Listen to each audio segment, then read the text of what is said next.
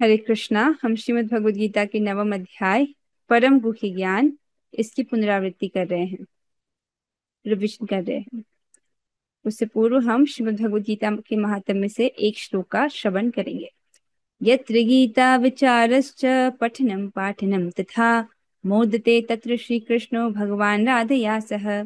जहाँ भी गीता शास्त्र की चर्चा, अध्ययन एवं शिक्षा की जाती है, वहां श्रीमती राधा रानी सहित परम भगवान श्री कृष्ण बड़ी प्रसन्नता से आ जाते हैं। तो भगवान श्री कृष्ण और श्रीमती राधिका रानी जी भी आ चुकी हैं। हमको क्या करना है, अभी बड़े ध्यान पूर्वक इस नवम अध्याय का श्रवण करना है, जिसका नाम ही परम गुह्य ज्ञान है। आप सबसे निवेदन है कि ध्यान पूर्वक सुनिएगा, बहुत महत्वपूर्ण है। श्री भगवान उवाच इदं तु ते गुह्यतमं प्रवक्ष्यामि अनसूयवे ज्ञानम विज्ञान सहितम यज्ञात्मा मोक्ष से अशुभात्। श्री भगवान ने कहा, हे अर्जुन, चूंकि तुम मुझसे कभी भी ईर्ष्या नहीं करते, इसीलिए मैं तुम्हें यह परम गुह्य ज्ञान तथा अनुभूति बतलाऊंगा, जिसे जानकर तुम संसार के सारे क्लेशों से मुक्त हो जाओगे। ज्ञानम विज्ञान सहितम, ज्ञान को बताऊंगा विज्ञान सहित, जिसको जानकर तुम यज्ञ ज्ञात्वा मोक्ष से अशुभात्, सब प्रकार के अशुभ से मुक्त हो जाओगे, संसार के सारे क्लेशों से मुक्त हो जाओगे।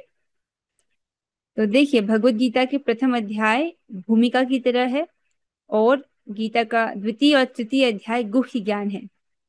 सातवें और आठवें अध्याय को गुह्यतर ज्ञान बोला गया है, और किंतु जो नवा अध्याय है उसको परम गुह्य ज्ञान है। ये तात्पर्य में प्रभुपाद जिस प्रकार से बताते हैं। तो आज हम परम गुह्य ज्ञान का रिविजन कर रहे हैं। राजविद्या राजगुह्यं पवित्रम इदमुत्तमं प्रत्यक्षावगमं धर्म्यं सुसुखं कर्तुमव्ययम्। यह ज्ञान सब विद्याओं का राजा है, जो समस्त रहस्यों में सर्वाधिक गोपनीय है। यह परम शुद्ध है, और चूंकि यह आत्मा की प्रत्यक्ष अनुभूति कराने वाला है, अतः यह धर्म का सिद्धांत है। यह अविनाशी है और अत्यंत सुखपूर्वक संपन्न किया जाता है। भगवान वर्णन कर रहे हैं, जिस विद्या को मैं तुम्हें देने जा रहा हूँ सभी विद्याओं का राजा है, और कैसा है, इसको करना सुसुखम कर्तुम अव्ययम, अर्थात बड़े सुखपूर्वक इसको संपादित किया जाता है। अश्रद्धाना पुरुषा धर्मस्यास्य परंतप अप्राप्य माम निवर्तन्ते मृत्यु संसार वर्तमनि। भगवान, यदि इस राज विद्या राजगुह्य योग को बड़े सुखपूर्वक संपन्न किया जाता है, तब तो सब इसको करते होंगे। भगवान कहते नहीं, हे परंतप, जो लोग भक्ति में श्रद्धा नहीं रखते वे मुझे प्राप्त नहीं कर पाते। अर्थात जिनके पास श्रद्धा नहीं है उनको भगवान की प्राप्ति नहीं होती है। अतः वे इस भौतिक जगत में जन्म मृत्यु के मार्ग पर वापस आते रहते हैं। अगर उनको भगवान की प्राप्ति नहीं होती तो क्या प्राप्त होता है? बारंबार ये जो जन्म में, ये जन्म और मृत्यु का चक्र ही उनको प्राप्त हो पाता है।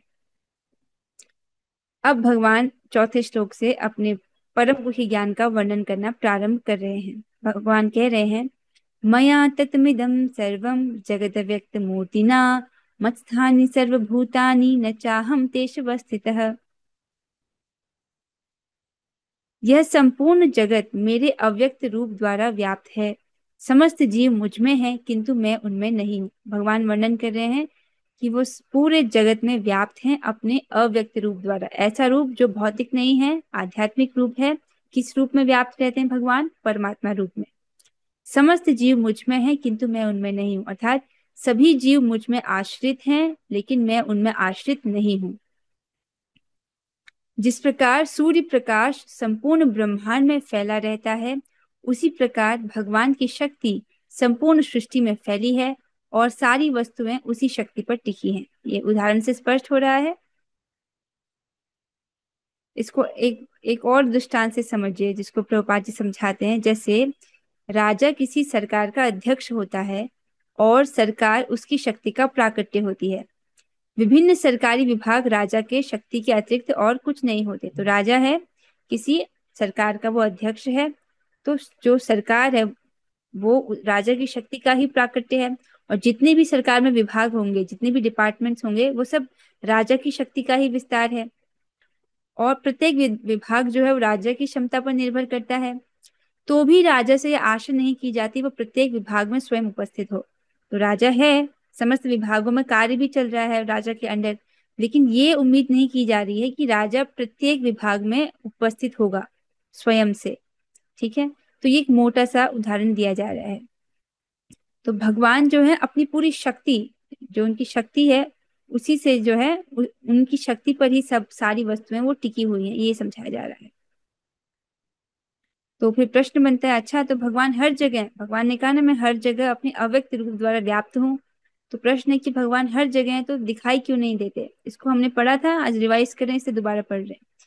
क्योंकि भगवान अधोक्षज हैं, अपनी जो भौतिक इंद्रियां हैं उसके पकड़ में भगवान नहीं आते। इन भौतिक इंद्रियां, हमारी भौतिक इंद्रियां जहां जहां तक देख सकती हैं या जो जो चीजें पकड़ सकती हैं, भगवान को भौतिक इंद्रियों के द्वारा पकड़ पाना संभव नहीं है। जैसे इस जगत में हम बहुत सारी वस्तुएं देखते हैं जो दिखाई नहीं देती लेकिन होती है, जैसे हवा, टीवी के रिमोट कंट्रोल से आप रिमोट से टीवी को कंट्रोल करते हो तो वो रेस दिखाई नहीं देती पर होती है। उसी प्रकार से भगवान हैं लेकिन अपने चर्म चक्षु से दिखाई नहीं देते। तो यहाँ तक कि जो प्रकट लीला है, प्रकट लीला में भगवान को दुर्योधन ने भी देखा लेकिन देखकर भी नहीं देखा। क्यों? क्योंकि उसने भगवान की सेवा नहीं की।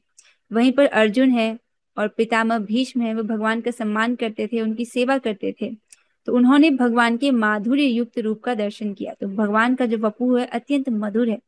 तो अर्जुन जी ने, भीष्म पितामह जी ने भगवान के उस दिव्य माधुर्यमय रूप का आस्वादन किया।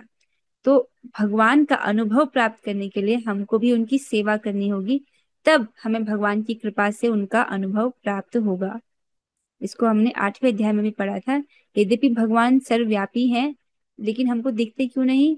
जैसे ये उस व्यक्ति के जैसा है जो एक कमरे में तो है लेकिन उसके, और उस कमरे में सुगंध व्याप्त है लेकिन उसके नाक में सूंघने की क्षमता नहीं है। यद्यपि सुगंध हर जगह है, नाक में सूंघने की क्षमता नहीं है, इसलिए उसको लग रहा है कि यहाँ पर सुगंध नहीं है।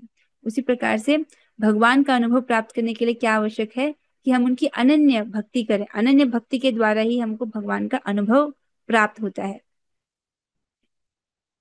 तो यहाँ पर कैसी सेवा करें जिससे भगवान का अनुभव हमको प्राप्त हो? तो जीवा से सेवा करने हैं, जीवा जीवा से सेवोन्मुख होना है।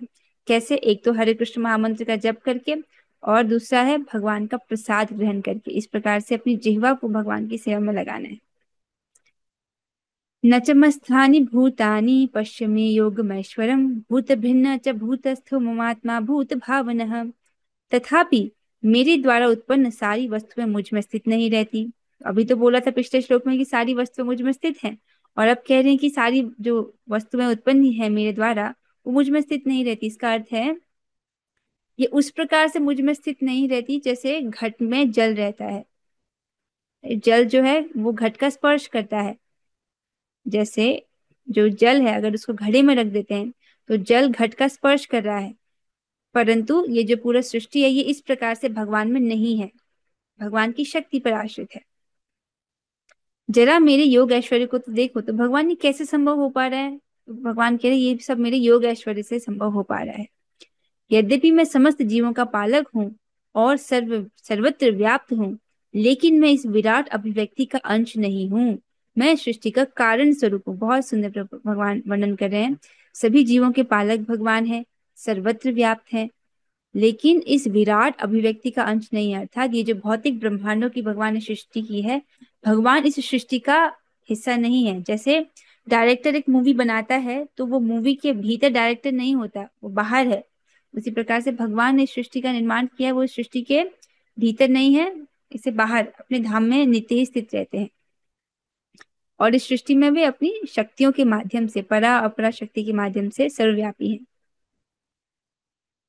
अब यहाँ पर भगवान ने कहा क्योंकि मैं कारण के रूप में विद्यमान हूँ, कहा ना मैं सृष्टि का कारण स्वरूप हूँ। उसका क्या अर्थ है, एक बार इसको रिवाइज करेंगे।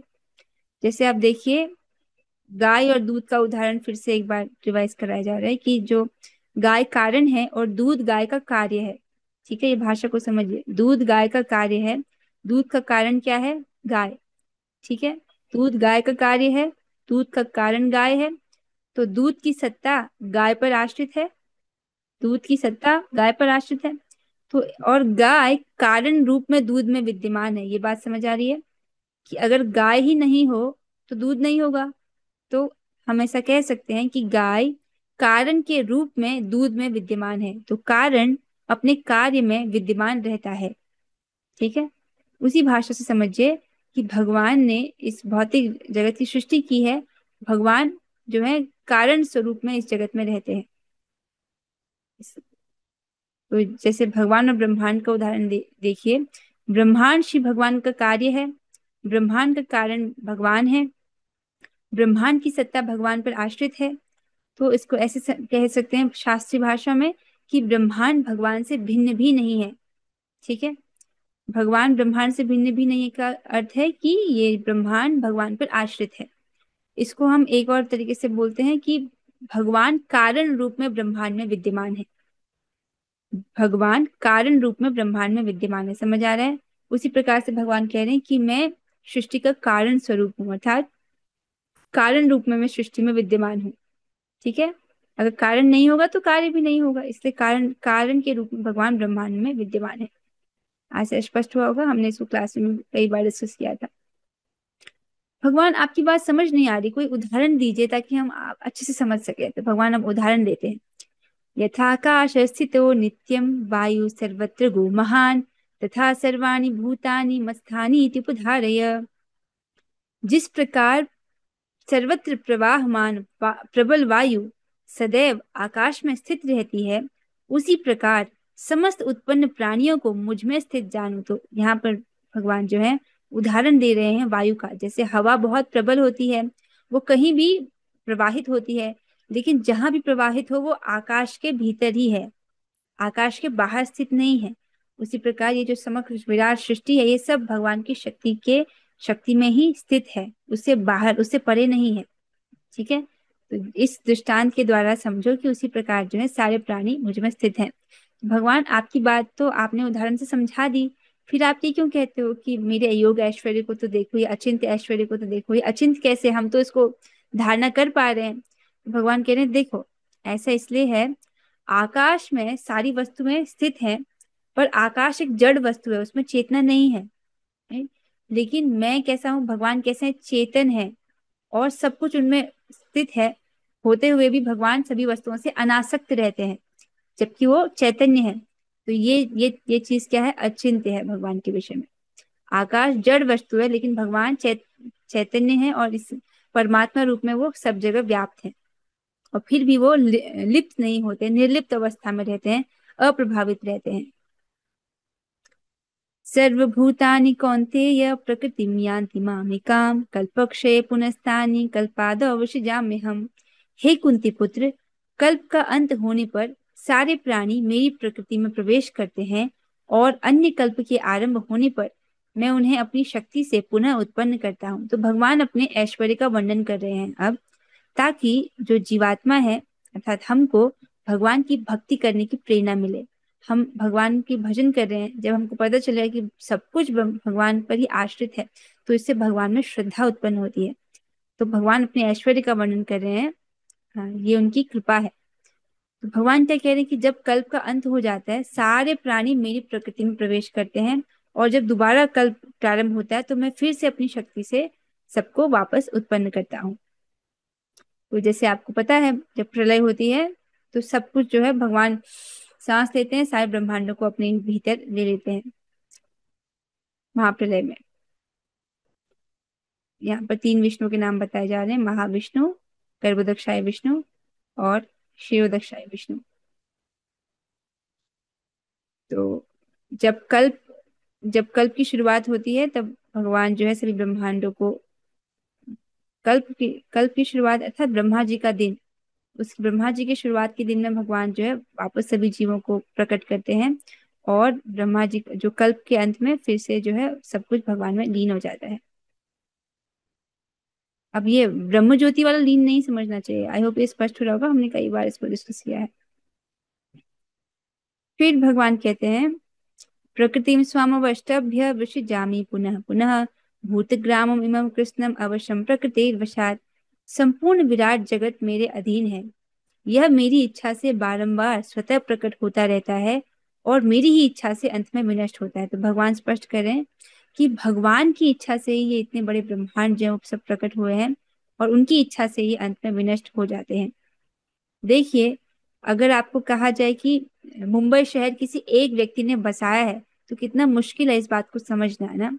तो यहाँ पर हम ये समझ रहे हैं कि एक ही व्यक्ति ने इस पूरे ब्रह्मांड की पूरी सृष्टि की रचना की है, और वही प्रलय और संहार के लिए भी रिस्पॉन्सिबल है। मतलब भगवान की इच्छा से ही होता है, चाहे वो स्थिति हो और पालन हो या संहार हो। तो ये कितनी बड़ी बात है समझना, पर लेकिन भक्त इसको सहज ही स्वीकार करते हैं कि हाँ, सब भगवान ने ही सृष्टि की है, भगवान ही पालन कर रहे हैं, भगवान ही संहार करते हैं, भगवान की इच्छा से ही संहार भी होता है। अब प्रश्न है कि भगवान, अगर आप इतने सृष्टि करते हो फिर संहार भी कर देते हो, तब तो आपको पाप लगता होगा। इतने जब सृष्टि संहार होती है तो इतने सारे जीवों का शरीर नष्ट होता है, उससे आपको पाप लगता होगा। तो भगवान बोलते हैं, न च माम तानि कर्माणि निबधनन्ति धनंजय उदासीन वदासीनम असक्तम तेषु कर्मसु। हे धनंजय, ये सारे कर्म मुझे नहीं बांध पाते, अर्थात ये जो सृष्टि करना, उनका पालन करना, फिर संहार करना, ये जो भी कर्म है, ये मुझको नहीं बांध पाते। भगवान इस सृष्टि के नियमों के अंदर बंधे हुए नहीं है। ये- यहाँ पे जो जितने भी नियम हैं, भगवान ने नियम बनाए हैं, इन नियमों में भगवान नहीं आते, भगवान इन नियमों के परे हैं। मैं उदासीन की भांति इन सारे भौतिक कर्मों से सदैव विरक्त रहता हूँ। उदासीन की भांति कह रहे हैं, उदासीनवत, उदासीन नहीं। अगर भगवान उदासीन रहते तब तो उनको कोई मतलब ही नहीं था इस सृष्टि से, लेकिन उदासीनवत कह रहे हैं। उदासीन रहते तब तो सृष्टि करते ही क्यों। उदासीनवत मतलब भगवान सृष्टि कर रहे हैं, लेकिन उससे भगवान को कोई, उसमें लिप्त नहीं होते भगवान, इसको समझिए, मतलब आसक्ति नहीं रहती है। जैसे इस जगत में माता पिता अपने बच्चों से कितना आसक्त हो जाते हैं, है ना। लेकिन भगवान आसक्त नहीं होते, क्यों? क्योंकि जब जब प्रलय होती है तब भगवान संहार कर देते हैं, और वो किसी से भी लिप्त नहीं होते हैं। ये किस तरह से समझना होगा, इसको जज के उदाहरण से समझिए। जैसे जज है, तो वो किसी को फांसी की सजा दे रहा है, या किसी को पुरस्कार दे रहा है, किसी को धन का लाभ दे रहा है, डिपेंडिंग अपॉन की केस क्या है। लेकिन जज जो है निर्णय सुना रहा है, लेकिन वो किसको लाभ हो रहा है, किसको हानि हो रहा है, उससे जज को कोई मतलब नहीं है। उसी प्रकार से वो तो जज जो है उदासीन वत है, किसको फांसी हो रही है, किसको धन का लाभ हो रहा है, इससे जज को कोई सरोकार नहीं है। उसी प्रकार से भगवान सृष्टि कर रहे हैं, पालन कर रहे हैं, संहार कर रहे हैं, लेकिन उदासीन वत कर रहे हैं, उनको किसी से सरोकार नहीं है। आशा स्पष्ट हुआ होगा। फिर भगवान वर्णन करते हैं, मया दक्षेण प्रकृति सूयते सचराचरम हेतुनानेन कौन्तेय जगद्भि परिवर्तते। हे कुंती पुत्र, यह भौतिक प्रकृति मेरी शक्तियों में से एक है। तो भगवान की अनंत शक्तियों में से एक शक्ति है ये भौतिक प्रकृति, और मेरी अध्यक्षता में कार्य करती है, जिससे सारे चर तथा अचर प्राणी उत्पन्न होते हैं। इसके शासन में यह जगत बारंबार सृजित और विनष्ट होता रहता है। तो भौतिक प्रकृति जो है वो भगवान के संरक्षण में, भगवान के अध्यक्षता में कार्य करती है। तो यहाँ पर एक सुंदर सा चित्र रखा गया है। इस ये जो भौतिक सृष्टि है, उसकी अधिष्ठात्री देवी है दुर्गा देवी जी। तो दुर्गा देवी जो है भगवान की अध्यक्षता में कार्य करती हैं, और उसी के द्वारा क्या है, इस भौतिक शक्ति के द्वारा ही जो प्राणी उत्पन्न होते हैं, अर्थात भगवान की जो अपरा शक्ति है, और इसी के शासन में जगत बारंबार सृजित और विनष्ट होता रहता है। अब इसको यहाँ पर एक उदाहरण से आप समझ रहे हो, जैसे किसी मालिक का पेट है एक कुत्ता, तो वो भौंक रहा है, तो व्यक्ति भयभीत हो रहा है, ठीक है। तो अगर वो उसको इस कुत्ते से छुटकारा चाहिए तो वो क्या करेगा, सीधे ही वो इस कुत्ते के मालिक को पुकारेगा। मालिक की सीढ़ी बजते ही ये कुत्ता जो है भौंकना बंद कर देता है और वापस अपने मालिक के पास आ जाता है। उसी प्रकार से इस जगत में ये जो बहिरंगा शक्ति है भगवान की भौतिक माया शक्ति, उससे भयभीत ना हो। अगर वो परेशान कर रही है तब क्या करना चाहिए हमको, जो इस भौतिक शक्ति के मालिक हैं, अर्थात जो जो भौतिक शक्ति माया शक्ति के जो मालिक हैं भगवान, उनकी शरण ग्रहण करनी चाहिए। कैसे उनको पुकारना चाहिए, हरे कृष्णा कृष्ण कृष्ण हरे हरे, हरे राम राम राम हरे हरे। तो भगवान को इस प्रकार से पुकारना चाहिए। यद्यपि माया बहुत प्रबल है, लेकिन वो भगवान की अध्यक्षता में कार्य करती है। तो इस प्रकार से जब हम भगवान का नाम जप करते हैं, भगवान की भक्ति करते हैं, तो यद्यपि माया है, लेकिन वो भगवान के नाम को पराजित नहीं कर सकती है। तो भक्त जो है सुखपूर्वक अपने भक्ति को कर सकता है। अवजानन्ति मां मूढ़ा मानुषीं तनुमाश्रितं परम भावमजानन्तो मम भूत महेश्वरम। तो फिर भगवान कहते हैं, जब मैं मनुष्य रूप में अवतरित होता हूँ तो मूर्ख मेरा उपहास करते हैं। वे मुझ परमेश्वर के दिव्य स्वभाव को नहीं जानते। अब समझो यहाँ पर, जब भगवान, आप क्लास में सुन रहे हो कि भगवान ही इस जगत की सृष्टि करते हैं, पालन करते हैं, संहार करते हैं, तो क्या आप ये गलती कर सकते हो ये समझने की कि भगवान एक मनुष्य है? नहीं ना। हम तो, कोई मनुष्य क्या ब्रह्मांडों की सृष्टि कर सकता है? नहीं कर सकता। तो ये सहज ही भक्तों के लिए समझना आसान है कि भगवान कोई मनुष्य नहीं है, यहाँ तक कि कोई महापुरुष भी नहीं है। भगवान भगवान है, वो कुछ भी कर सकते हैं। लेकिन जब भगवान लीला करते हैं, इस प्रकार से मनुष्य रूप में आते हैं, तो जो मूर्ख हैं वो उनका उपहास करते हैं, वो उनके दिव्य स्वभाव को नहीं समझते। मोघाशा मोघ कर्माणो मोघ ज्ञाना विचेतसः राक्षसीमासुरीं चैव प्रकृति मोहिनीं श्रिता। तो भगवान जो इस प्रकार से आपका उपहास उड़ाते हैं, आपके दिव्य स्वभाव को नहीं समझते हैं, उनकी क्या गति होती है? तो जो लोग इस प्रकार मोहग्रस्त होते हैं, वे आसुरी तथा नास्तिक विचारों के प्रति आकृष्ट रहते हैं। इस मोहग्रस्त अवस्था में उनकी मुक्ति आशा, उनके सकाम कर्म तथा ज्ञान का अनुशीलन सभी निष्फल हो जाते हैं। अर्थात मोघ आशा, अगर उनकी मुक्ति की इच्छा है तो उनको वो मुक्ति प्राप्त नहीं होती है। मोघ कर्माणु, अगर उनकी स्वर्ग जाने की इच्छा है तो भी उनका जो इच्छा है वो पूरी नहीं होती है, निष्फल होते हैं उनके प्रयास। मोघ ज्ञाना विचेत, अगर उनकी ज्ञान मार्ग में रुचि है, वो ब्रह्म में विलीन होना चाहते हैं, तो वो भी उनको प्राप्त नहीं होता है। विचेत सा, उनकी जो है, क्योंकि उनकी जो चेतना है वो विकृत है, वो भगवान को मनुष्य समझने का सबसे बड़ा अपराध कर रहे हैं, इसीलिए उनके जो भी कार्य हैं वो निष्फल हो जाते हैं। महात्मानस्तु मां पार्थ दैवीं प्रकृतिमाश्रितः भजन्ते अनन्य मनसो ज्ञात्वा भूतादिमव्ययम्। इसके अतिरिक्त बताते हैं भगवान, वो लोग जो भगवान की शरण ग्रहण करते हैं। हे पार्थ, मोह मुक्त महात्मा जन दैवी प्रकृति के संरक्षण में रहते हैं। तो जो मोह से मुक्त है, मोह मतलब, मोह का क्या अर्थ है? चीजों को यथावत ना देख पाना, मोह मुक्त हो जाना। जब व्यक्ति मोह मुक्त अवस्था में है तो वो भगवान की भक्ति करता है, इस प्रकार से वो भगवान की दैवी शक्ति है, भगवान की हलादनी शक्ति के संरक्षण में रहता है। हर वक्त, हर क्षण हम जीवात्मा के पास एक चुनाव होता है कि वो माया की शक्ति, माया का शरण ग्रहण करे या भगवान की हलादनी शक्ति का शरण ग्रहण करे। कैसे? अगर आप अपनी इंद्रियों को इंद्रिय तृप्ति में लगा रहे हो, इसका मतलब ये माया का चुनाव करना होगा। अगर आप अपनी इंद्रियों को भगवान की सेवा में लगा रहे हो, तो ये भगवान की दैवी प्रकृति का संरक्षण ग्रहण करना होगा। तो चॉइस तो आपके पास है कि आप क्या करना चाहते हो। तो जो महात्मा जन है वो सदैव ही दैवी प्रकृति के संरक्षण में रहते हैं, अर्थात अपनी इंद्रियों को कॉन्शियसली वो भगवान की सेवा में लगाए रखते हैं। वे पूर्णतः भक्ति में निमग्न रहते हैं, क्योंकि वे मुझे आदि तथा अविनाशी भगवान के रूप में जानते हैं। और इस प्रकार के महात्मा किस प्रकार से आपका भजन करते हैं, उसका वर्णन भगवान यहाँ पर करते हैं। सततम कीर्तयन्तो माम यतन्तश्च दृढव्रताः नमस्यन्तश्च माम भक्त्या नित्ययुक्ता उपासते। तो ये जो महात्मा जन है, जो सदैव ही मेरी दैवी प्रकृति के संरक्षण में रहते हैं, वो क्या करते हैं?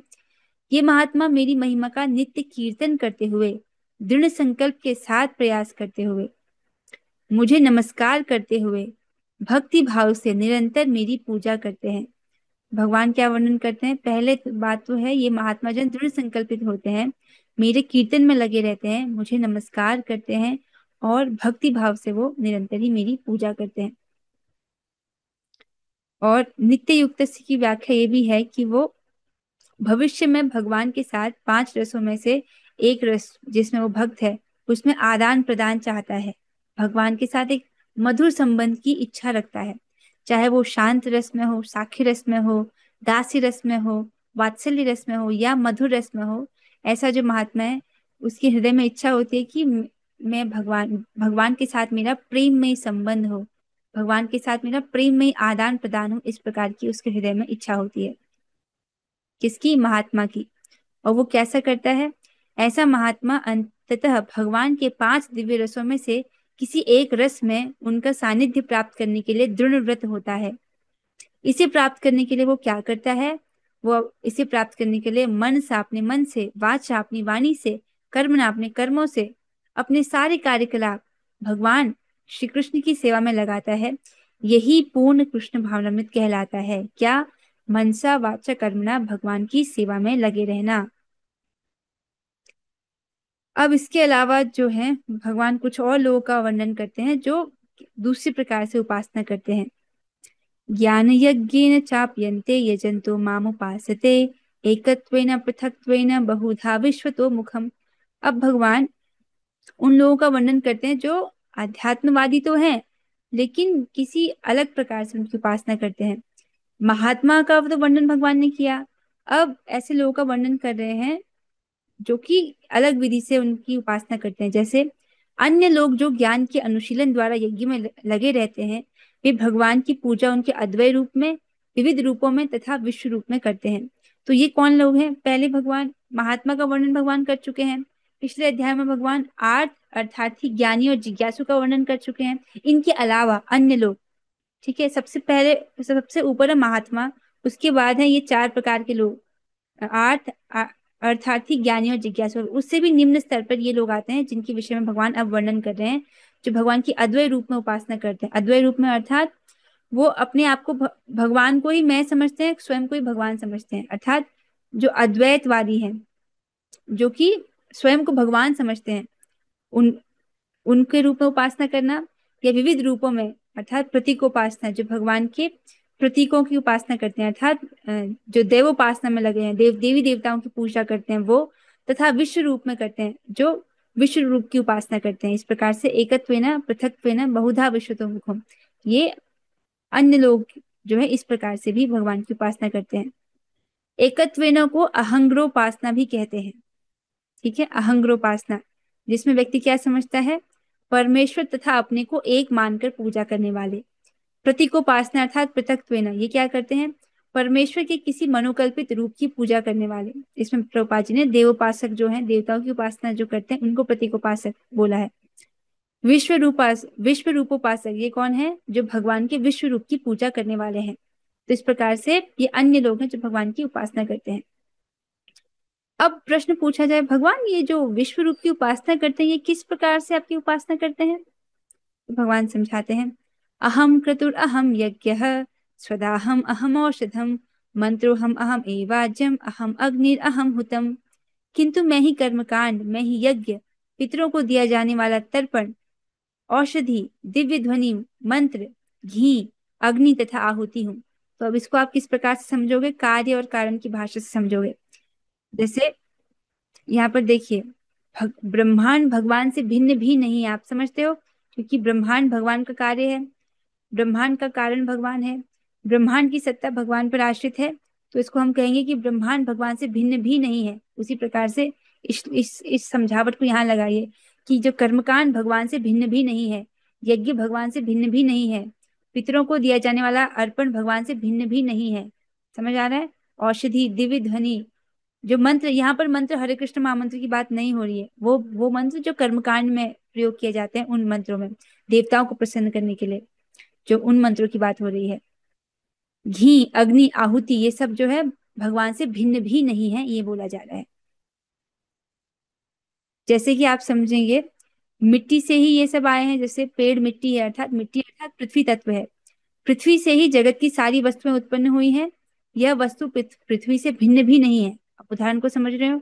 जैसे ये पेड़ मिट्टी है, मतलब ये मिट्टी से भिन्न भी नहीं है, इसकी सत्ता मिट्टी पर आश्रित है, मिट्टी का ही रूपांतरण है पेड़। समझ आ रहा है? घर मिट्टी है, अर्थात मिट्टी का ही रूपांतरण है पेड़। शरीर मिट्टी है, शरीर भी क्या है? पृथ्वी तत्व का रूपांतरण है कि नहीं है? आपका शरीर पृथ्वी तत्व से बना है कि नहीं है? फल मिट्टी है, मतलब मिट्टी का ही रूपांतरण है फल। तो उसी प्रकार से अब जो जो भगवान वर्णन कर रहे हैं, आपको इसी इसी बुद्धि से समझना होगा कि ये सभी वस्तुएं भगवान से भिन्न भी नहीं है। ये उदाहरण दिया जा रहा है, इसको समझते हुए। पितामह से जगतो माता धाता पितामह, वेद्यम पवित्रम ओंकार ऋक्साम यजुरेव च। ये उदाहरण समझ आया? हमने इसको क्लास में भी डिस्कस किया हुआ है। उदाहरण समझ आ रहा है सबको? जैसे जो यज्ञ है, पितरों को दिया जाने वाला अर्पण, ये भगवान से भिन्न भी नहीं है, इस प्रकार से समझना होगा। भिन्न भी नहीं है कहने का अर्थ है कि उसकी सत्ता भगवान पर ही आश्रित है। फिर भगवान वर्णन करते हैं कि मैं इस ब्रह्मांड का पिता माता, आश्रय तथा पितामह हूँ। मैं ज्ञेय अर्थात जानने योग्य हूँ, शुद्धिकर्ता तथा ओमकार हूँ। मैं ऋग्वेद, सामवेद और यजुर्वेद भी हूँ। तो भगवान ही ब्रह्मांड के माता पिता और आश्रय हैं। भगवान ही जानने योग्य है। ये मनुष्य योनि हमको क्यों मिली है? ताकि हम अथातो ब्रह्म जिज्ञासा कर सकें। मनुष्य जीवन का यही प्रयोजन है कि हम भगवान के विषय में जान सकें। इसके अलावा कुछ और कर रहा है व्यक्ति तो वो अपने मनुष्य जीवन को व्यर्थ कर रहा है। आप समझ रहे हैं? शुद्धिकर्ता तथा ओमकार हूँ। भगवान ही पवित्र करने वाले हैं। ओमकार जो है, ओम की जो ध्वनि है भगवान ही है। ऋग्वेद, सामवेद और यजुर्वेद भी हैं, और यहाँ पर च का अर्थ है कि वो अथर्ववेद भी है। ऋग्वेद, सामवेद, यजुर्वेद, च का अर्थ यहाँ पर अथर्ववेद भी है। जो चारों वेद जो है वो भगवान का ही स्वरूप है, भगवान से ही आए हुए हैं, भगवान के श्वास से प्रकट हुए हैं। गतिर्भर्ता प्रभु साक्षी निवास शरणम सुहृद प्रभव प्रलय स्थानम निधानम बीजम अव्ययम। भगवान कहते हैं कि मैं ही लक्ष्य हूँ। देखिए, इस जगत में बहुत सारे ऐसे मनुष्य हैं जिनको पता ही नहीं है कि जीवन का लक्ष्य क्या है। भगवान स्पष्ट वर्णन करते हैं कि मैं ही लक्ष्य हूँ। तो हर जीवात्मा का लक्ष्य क्या है? भगवान की प्राप्ति करना। अगर किसी को लगता है कुछ और लक्ष्य है, इसका मतलब वो अभी गुणों के द्वारा प्रभावित है, सतोगुण, रजोगुण, तमोगुण के द्वारा प्रभावित है उसका चित्त, इसीलिए वो कुछ और चाह रहा है। जिसका चित्त शुद्ध हो गया है वो स्पष्ट देख सकता है कि हमारा लक्ष्य कौन है? भगवान। भगवान की प्राप्ति करना ही लक्ष्य है, अर्थात भगवान की प्रेम प्राप्ति करना। भगवान ही पालन करता है। पालन करता कैसे है? देखिए, हम जीवित रहने के लिए हवा पर आश्रित है कि नहीं है? तो हवा की जो वायु तत्व है उसकी सृष्टि किसने की है? भगवान ने की है। हम जीवित रहने के लिए जल पर आश्रित है कि नहीं है? तो जल तत्व क्या आपने बनाया है? नहीं, ना साइंटिस्ट ने उनको बनाया है। तो इतना जल जो भगवान ने प्रचुर मात्रा में हमको दिया है, ये भी भगवान ने इस तत्व की संरचना की है। उसी प्रकार से हम भोजन पर आश्रित हैं।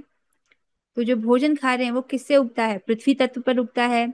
और ये देवताओं देवताओं पर आश्रित है। जैसे सूर्य, जो सूर्य उगता है, सूर्य ना हो तो अन्न भी नहीं पकेगा।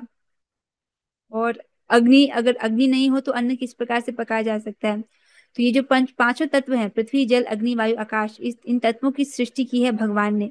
यहाँ तक कि जब हम खाना खा लेते हैं तो उसके बाद जो खाना पचाने का काम होता है भी भगवान ही करते हैं। अहम वैश्वानरो भूत्वा प्राणी नाम देहिमाश्रितः प्राणापान समायुक्तः पचामि अन्नम चतुर्विधम। मैं ही जो हूँ प्राणियों में स्थित जो वैश्वानर अग्नि है वो मैं ही हूँ। और क्या करता हूँ मैं? ये चारों प्रकार के जो अन्न है उसको पचाता हूँ मैं। डाइजेशन का कार्य भी भगवान ही करते हैं वैश्वानर अग्नि के रूप में। तो आप देख सकते हो कि हम हर प्रकार से भगवान पर ही आश्रित हैं, भगवान ही हमारा पालन कर रहे हैं। स्वामी हूँ, तो भगवान ही हमारे स्वामी हैं, साक्षी हैं भगवान। जो भी जीवात्मा अच्छे या बुरे कर्म करता है भगवान उसको देख रहे हैं। साक्षी के रूप में भगवान हृदय में ही परमात्मा रूप में स्थित है। धाम है भगवान, शरण स्थली है, अर्थात एक ऐसे जगह जहां पर व्यक्ति अपने दुख की निवृत्ति के लिए आता है और जहां पर उसको सुख की प्राप्ति होती है। तो ऐसी शरण स्थली भगवान है। तो भगवान की ही शरण ग्रहण करनी चाहिए। तथा अत्यंत प्रिय मित्र हैं, तो भगवान हमारे अत्यंत प्रिय मित्र हैं। देखिए, किसी भी जन्म में भगवान हमको नहीं छोड़ते हैं। चाहे हम छोटी से छोटी, निम्न से निम्न योनि में क्यों ना चले जाए, कोई मच्छर की योनि में हो, चींटी की योनि में क्यों ना चले जाए, पेड़ की योनि में क्यों नहीं चले जाए, भगवान परमात्मा के रूप में उसके हृदय में वहां भी स्थित होते हैं। भगवान कभी भी उसको नहीं छोड़ते हैं। भगवान ही जो है अत्यंत प्रिय मित्र हैं। और मैं सृष्टि तथा प्रलय, सबका आधार, आश्रय तथा अविनाशी बीज भी हूँ। तो भगवान अपने ऐश्वर्य का वर्णन कर रहे हैं कि किस प्रकार से सृष्टि, प्रलय, सबका आधार भगवान ही है। और भगवान अविनाशी बीज है, अर्थात इस जगत में जो बीज होता है, आपने आम के बीज से आम का पेड़ उगाया तो बीज नष्ट हो जाता है, बीज का रूपांतरण हो जाता है पेड़ में, है ना? लेकिन भगवान से ही सृष्टि आई है तो भगवान की सत्ता वैसे की वैसी रहती है। ऐसा नहीं होता कि भगवान रूपांतरण हो गए सृष्टि में। भगवान वैसे के वैसे रहते हैं और सृष्टि भी हो जाती है। तो इसीलिए अविनाशी बीज, ऐसा बीज जिसका कभी नाश नहीं होता। तपाम्यहं वर्षं निगृह्णामि उत्सृजामि च अमृतं चैव मृत्युश्च सदसच्चाहम् अर्जुन। हे अर्जुन, मैं ही ताप प्रदान करता हूँ और वर्षा को रोकता तथा लाता हूँ। मैं अमरत्व हूँ और साक्षात मृत्यु भी हूँ। आत्मा तथा पदार्थ, सत तथा असत दोनों मुझ में है। क्या बोल रहे हैं भगवान? कि भगवान ही ताप प्रदान करते हैं। जब ठंडियों में बहुत अधिक ठंडी पड़ जाती है तब हमको सूर्य का ताप कितना अच्छा लगता है ना? तो भगवान इस प्रकार से हमको सुख देते हैं। या जो बारिश होती है, बारिश नहीं होगी तो अन्न कैसे उगेगा। तो भगवान कहते हैं कि मैं ही वर्षा को रोकता तथा लाता हूँ। भगवान की इच्छा से ही, भगवान के अध्यक्षता में, भगवान के आदेशानुसार जो देवता हैं वो ये कार्य को करते हैं। और मैं ही वर्षा को रोकता तथा लाता हूँ, मैं अमरत्व हूँ और साक्षात मृत्यु भी हूँ। जो व्यक्ति भगवान की भक्ति कर रहा है तो वो तो एक शाश्वत जीवन की ओर, अमरत्व की ओर आगे बढ़ रहा है, मृत्यु पर विजय प्राप्त करने की दिशा में आगे बढ़ रहा है। लेकिन जो व्यक्ति भगवान की भक्ति नहीं कर रहा है वो अपनी मृत्यु के पास जा रहा है, वो मृत्यु के मुख में ग्रास बनने की ओर जा रहा है, बारंबार जो मृत्यु चक्र है उसमें फंसने के लिए जा रहा है। और भगवान क्या वर्णन करते हैं कि आत्मा तथा पदार्थ दोनों मुझ में ही है, अर्थात जो सत और असत है, ये जो परा और अपरा शक्ति है ये भगवान में ही है, अर्थात परा अपरा शक्ति दोनों भगवान में ही आश्रित हैं, दोनों ही भगवान की शक्तियां हैं। फिर भगवान वर्णन करते हैं, त्रैविद्यमां सोमपः पूत पापा यज्ञैरिष्ट्वा स्वर्ग गतिं प्रार्थयन्ते ते पुण्यमासाद्य सुरेंद्र लोकम अश्नन्ति दिव्यान् दिवि देव भोगान्। अब भगवान वर्णन कर रहे हैं कि जो वेदों का अध्ययन करते हैं तथा सोमरस का पान करते हैं, वे स्वर्ग प्राप्ति की गवेषणा करते हुए अप्रत्यक्ष रूप से मेरी पूजा करते हैं, अर्थात इस प्रकार से वेदों का अध्ययन कर रहे हैं वो सीधे मेरी पूजा नहीं कर रहे हैं, अप्रत्यक्ष रूप से मेरी पूजा करते हैं। मतलब देवताओं की उपासना कर रहे हैं लेकिन वो भी मेरी ही पूजा करना है अप्रत्यक्ष रूप से, लेकिन त्रुटिपूर्ण ढंग से। वे पाप कर्मों से शुद्ध होकर इंद्र के पवित्र स्वालिक धाम में जन्म लेते हैं, वहां वे देवताओं का सा आनंद भोगते हैं। तो इस प्रकार से जो है वो अपने पाप कर्मों से शुद्ध होकर के, प्रकृति के निम्नतर गुणों से शुद्ध होकर के वो स्वर्ग में जाते हैं, वहां पर वो देवताओं का ऐसा आनंद भोगते हैं। तो क्या वो हमेशा के लिए ऐसा आनंद भोगते हैं? नहीं। ते तम भुक्त्वा स्वर्गलोकम विशालम क्षीणे पुण्ये मर्त्यलोकम विशन्ति एवं त्रयी धर्म मनुप्रपन्ना गतागतम काम कामा लभन्ते। इस प्रकार जब वे उपासक, वो देवताओं के उपासक विस्तृत स्वर्गिक इंद्रिय सुख को भोग लेते हैं और उनके पुण्य कर्मों के फल क्षीण हो जाते हैं तो वे मृत्यु लोक में पुनः लौट आते हैं। वहां गए, वहां पर उन्होंने सुख भोग किया, उनके पुण्य खत्म हुए, फिर वो वापस से पृथ्वी में आ गए।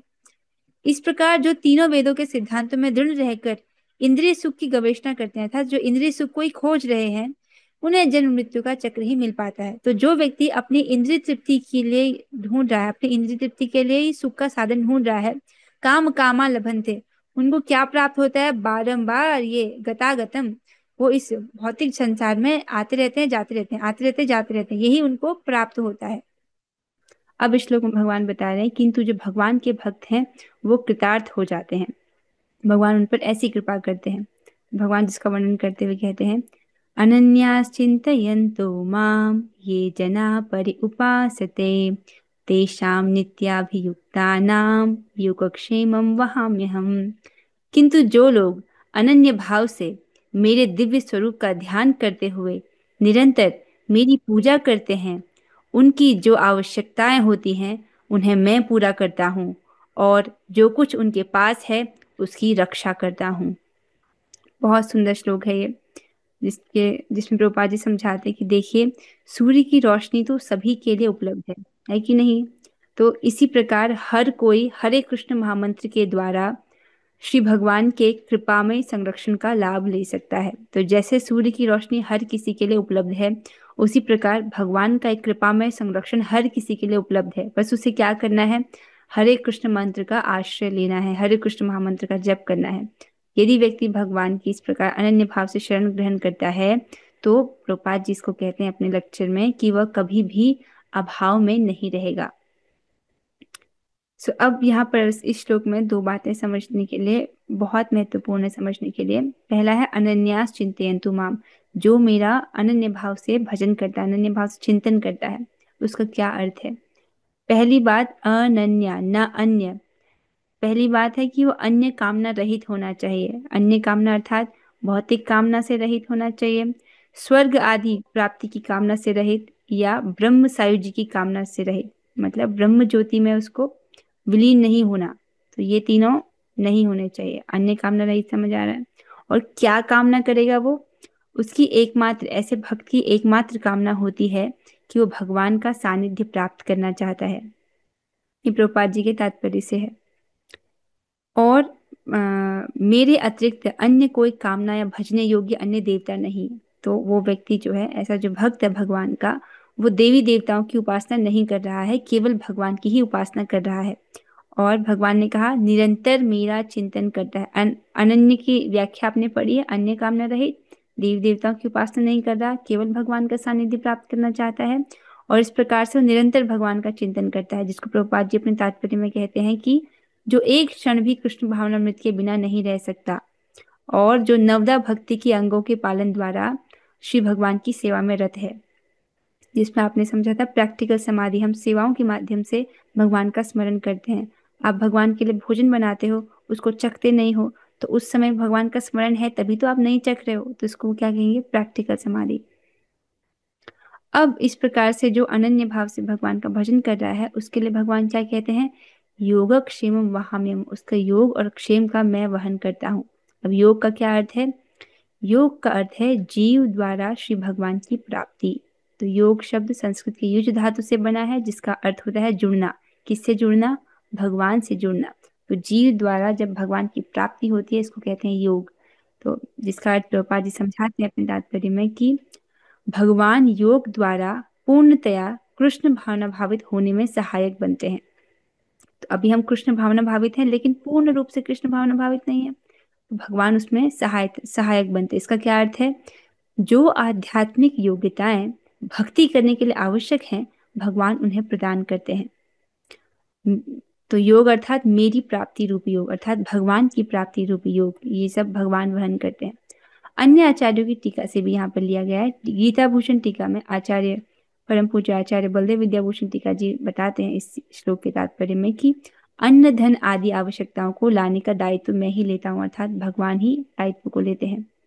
और सारार्थ वर्षिणी में श्री विश्वनाथ चक्रवर्ती ठाकुर जी लिखते हैं कि ऐसे जो अनन्य भक्त हैं, भगवान उनके शरीर पोषण का भार भी वहन करते हैं। तो भगवान कहते हैं शरीर पोषण का भार मैं ही वहन करता हूँ।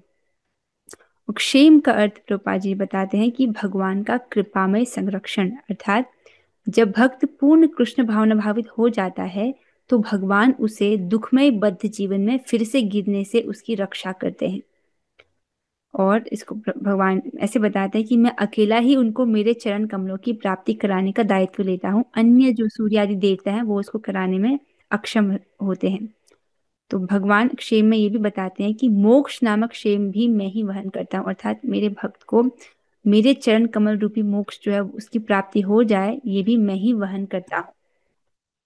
फिर आगे भगवान कहते हैं ये प्य अन्य देवता भक्ता यजन्ते श्रद्धयान्विताः तेपि मामेव कौन्तेय यजन्त्य अविधि पूर्वकम। हे कुंती पुत्र, जो लोग अन्य देवताओं के भक्त हैं और उनकी श्रद्धा पूर्वक पूजा करते हैं, वास्तव में वे भी मेरी पूजा करते हैं, किंतु वे यह त्रुटिपूर्ण ढंग से करते हैं। तो देवताओं की उपासना, क्योंकि देवता भगवान के अंग हैं, तो देवताओं की उपासना जब कर रहे हैं तो वो भी भगवान की उपासना है, लेकिन सही विधि से नहीं है, ये त्रुटिपूर्ण ढंग से है। तो यहाँ पर भगवान जो देवताओं के जो उपासक हैं उनको उसके लिए सराहना नहीं कर रहे हैं, क्योंकि भगवान ने पहले बोल दिया जा चुका है ऐसे लोग कैसा फल प्राप्त करते हैं जो कि नश्वर है। फिर भगवान वर्णन कहते हैं कि कैसे वही सभी यज्ञों के भोक्ता है। अहम ही सर्व यज्ञानाम भोक्ता च प्रभुरेव च न तु माम अभिजानन्ति तत्त्वेनातश्चवन्ति ते। न तु माम अभिजानन्ति तत्त्वेनातश्चवन्ति ते। मैं ही समस्त यज्ञों का एकमात्र भोक्ता तथा स्वामी हूँ, अतः जो लोग मेरे वास्तविक दिव्य स्वभाव को नहीं पहचान पाते वे नीचे गिर जाते हैं। भगवान स्पष्ट वर्णन करते हैं कि सभी यज्ञों के भोक्ता भगवान ही हैं, अर्थात जितनी भी पूजा हम करते हैं, अगर कोई व्यक्ति देवी देवता की उपासना भी कर रहा है तो वो सब जो है अंततोगत्वा भगवान को ही प्राप्त होता है, लेकिन वो देवोपासक भगवान को नहीं प्राप्त होता है। इसमें यहाँ पर एक बहुत प्रश्न भी उठाया गया था कि देखिए भगवान, अगर जो देवताओं की पूजा कर रहे हैं वो भी आपकी ही पूजा है, क्योंकि देवता आपसे भिन्न भी नहीं है। आप भाषा समझ रहे हो? तो जो देव उपासक है उनको मोक्ष की प्राप्ति क्यों नहीं होती, जबकि जो आपके उपासक हैं, जो आपकी सीधे उपासना कर रहे हैं, उनको तो मोक्ष की प्राप्ति हो जाती है। तो भगवान जिसके उत्तर में कहते हैं कि देखो, मैं समस्त यज्ञों का एकमात्र भोक्ता हूँ, सभी यज्ञों का भोक्ता मैं ही हूँ। अंततोगत्वा जितनी भी ये भाग, यज्ञ यज्ञ का भाग है, वो मुझे ही प्राप्त होता है। लेकिन जो अविधि पूर्वक मेरी उपासना करता है, वो देवोपासक मुझे प्राप्त नहीं होता, उसी देवता को प्राप्त होता है जिसकी वो उपासना कर रहा है। इस प्रकार से उस व्यक्ति को वही फल प्राप्त होते हैं जो कि क्षणिक हैं, और उसको मोक्ष की प्राप्ति नहीं होती। अपितु जो सही विधि से सीधे भगवान की उपासना कर रहा है, उसको मोक्ष की प्राप्ति होती है। मोक्ष का क्या अर्थ है? भगवान के चरण कमलों की सेवा प्राप्त करना, भगवान के चरण कमलों की प्राप्ति करना। अब भगवान बोलेंगे ये तो, क्या ये अन्याय तो नहीं हो गया है? प्रश्न पूछा जाए तो नहीं, भगवान कहते हैं ये न्याय ही है। क्यों, किस प्रकार न्याय है? यान्ति देवव्रता देवान् पितॄन् यान्ति पितृव्रताः भूतानि यान्ति भूतेज्या यान्ति मद्याजिनोऽपि माम्।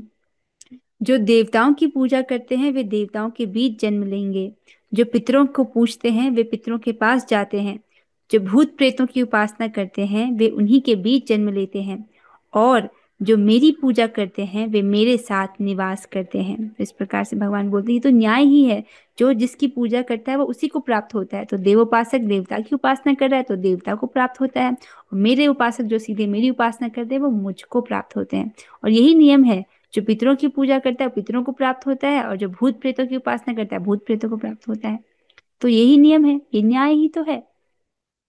अब यहाँ पर देखिए, पहली तीन लाइनों को तो आप समझ ही रहे हैं, लेकिन चौथी लाइन को आप समझ रहे हैं कि नहीं समझ रहे हैं? यहाँ पर कौन ऐसा व्यक्ति है जो भगवान की उपासना नहीं कर रहा है? आप में से कौन है जो भगवान की उपासना नहीं कर रहा है? आप सभी कर रहे हो ना? तो जो भगवान की उपासना कर रहा है, तो भगवान कह तो रहे हैं कि वे मेरे साथ निवास करते हैं, और क्या चाहिए? भगवान की उपासना जो करते हैं, यान्ति मद्याजिनो इमाम, वो भगवान की प्राप्ति करते हैं, भगवान के साथ निवास करते हैं। तो फिर बोला जाएगा कि अच्छा, तो आप इतने बड़े आप जो हैं इतना बड़ा फल प्रदान करने वाले हैं, तो आपको प्रसन्न करना तो मुश्किल होगा। भगवान कहते हैं नहीं नहीं, अरे वो तो बहुत आसान है। कैसे? पत्रम पुष्पम फलम तोयम यो मे भक्त्या प्रयच्छति तदहम भक्त उपहृतम अश्नामि प्रयतात्मनः। तो भगवान कहते हैं यदि कोई प्रेम तथा भक्ति के साथ मुझे पत्र, पुष्प, फल या जल प्रदान करता है तो मैं उसे स्वीकार करता हूँ। यहाँ पर भगवान स्पष्ट वर्णन करते हैं, यद्यपि भगवान अनंत कोटि ब्रह्मांडों के नायक हैं, और सृष्टि प्रलय और स्थिति के लिए भगवान ही कारण है, फिर भी ऐसे इतने महान व्यक्ति को प्रसन्न करने की विधि बहुत सरल है और कोई भी इसे कर सकता है। यहाँ तक कि गरीब से गरीब व्यक्ति भी भगवान को प्रसन्न कर सकता है, क्योंकि हर जगह पत्र पुष्प फल जल तो उपलब्ध होता ही है ना? और इसमें सबसे महत्वपूर्ण बात है प्रेम और भक्ति के साथ। भगवान को तो प्रेम से सरोकार है, उनको तो प्रेम चाहिए, उनके पास तो सब कुछ है। तो इसलिए जो भी आप भगवान को अर्पित करते हो उसको प्रेम सहित अर्पित करने की कोशिश कीजिए। अब कहे तो हमारे पास प्रेम नहीं है, तो इसीलिए जो भोग मंत्र होता है उसमें हम महाप्रभु को भी महाप्रभु को भी प्रणाम करते हैं ना। नमो महावदन्याय कृष्ण प्रेम प्रदायते कृष्णाय कृष्ण चैतन्याय नामिने गौरतुषे नमः। इस प्रकार से हम भोग मंत्र में महाप्रभु का भी मंत्र लेते हैं, ताकि हमारे पास प्रेम नहीं है, भक्ति नहीं है, तो हे महाप्रभु आप हमको प्रेम प्रदान कर दीजिए। इस प्रकार से उनसे प्रार्थना करते हैं ताकि हम प्रीति पूर्वक भक्ति पूर्वक इस भोग को अर्पित कर सकें। तो जो भी है, हर व्यक्ति को भगवान को चीजें अर्पित करनी चाहिए, कुछ भेंट अर्पित करनी चाहिए। यहाँ पर भगवान स्पष्ट वर्णन करते हैं कि उनको जो क्या पसंद है वो वर्णन कर रहे हैं। अगर भगवान को नॉन वेज वगैरह पसंद होता तो वो उसका वर्णन करते, तो भगवान को नॉन वेज ये सब चीजें अर्पित नहीं होती हैं, प्याज लहसुन आदि अर्पित नहीं होता है, चाय अर्पित नहीं होता है। कुछ लोग चाय भी अर्पित कर देते हैं, तो वो सब अर्पित नहीं होता भगवान को। तो ये सब चीजें हर जगह उपलब्ध हैं और कोई भी इनको कर सकता है। पत्र में विशेष करके भगवान को तुलसी पत्र बहुत पसंद है। अगर आपके पास तुलसी मंजरियां हो, ऐसे कहते हैं 8 कोमल कोमल मंजरियां जो बहुत ही कोमल कोमल होती हैं, उसमें अभी अभी मंजरी निकली हुई है, मतलब हाल ही में, उसकी 2 पत्ती सहित अगर आप भगवान को अर्पित करते हो, ऐसी 8 मंजरियां अगर आप भगवान को अर्पित करते हो, तो भगवान उससे बहुत प्रसन्न संतुष्ट होते हैं। तो जब हम मंजरी तोड़ते हैं तो मेक श्योर करते हैं कि उसमें 2 पत्ते हो, 2 से अधिक पत्ते हो तो उसको अपराध माना जाता है। तो 2 पत्ते और साथ में कोमल सी मंजरी, तो वो भगवान को अर्पित करते हैं, तो भगवान उससे बहुत प्रसन्न संतुष्ट होते हैं।